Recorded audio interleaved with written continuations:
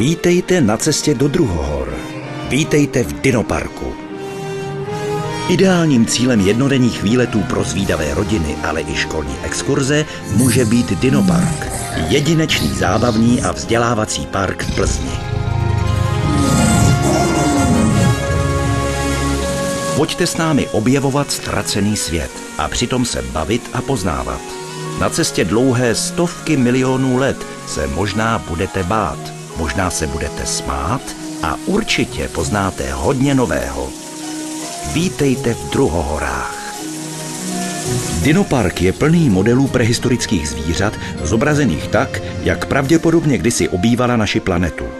Modely jsou ve skutečných velikostech a všechny jsou ozvučené. V Dinoparku je i několik pohyblivých modelů. Jedná se o velmi složitá robotická zařízení poháněná vzduchotechnikou a řízená samostatným počítačem.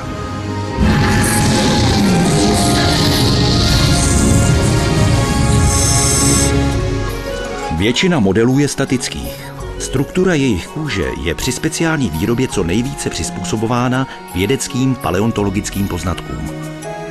Konstrukce těla je vytvořena tak, aby i školní exkurze získaly poznatky, které budou odpovídat výuce.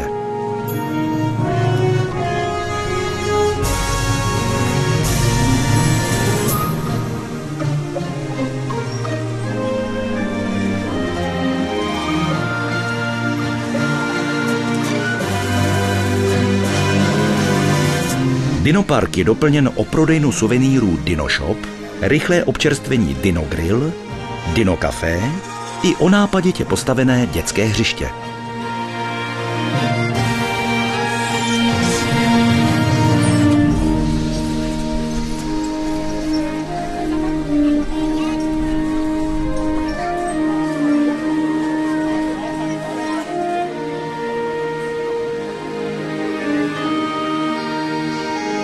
Výjimečnou podívanou nabízí přímo v Dinoparku umístěné 3D kino s krátkým, přibližně 10minutovým filmem.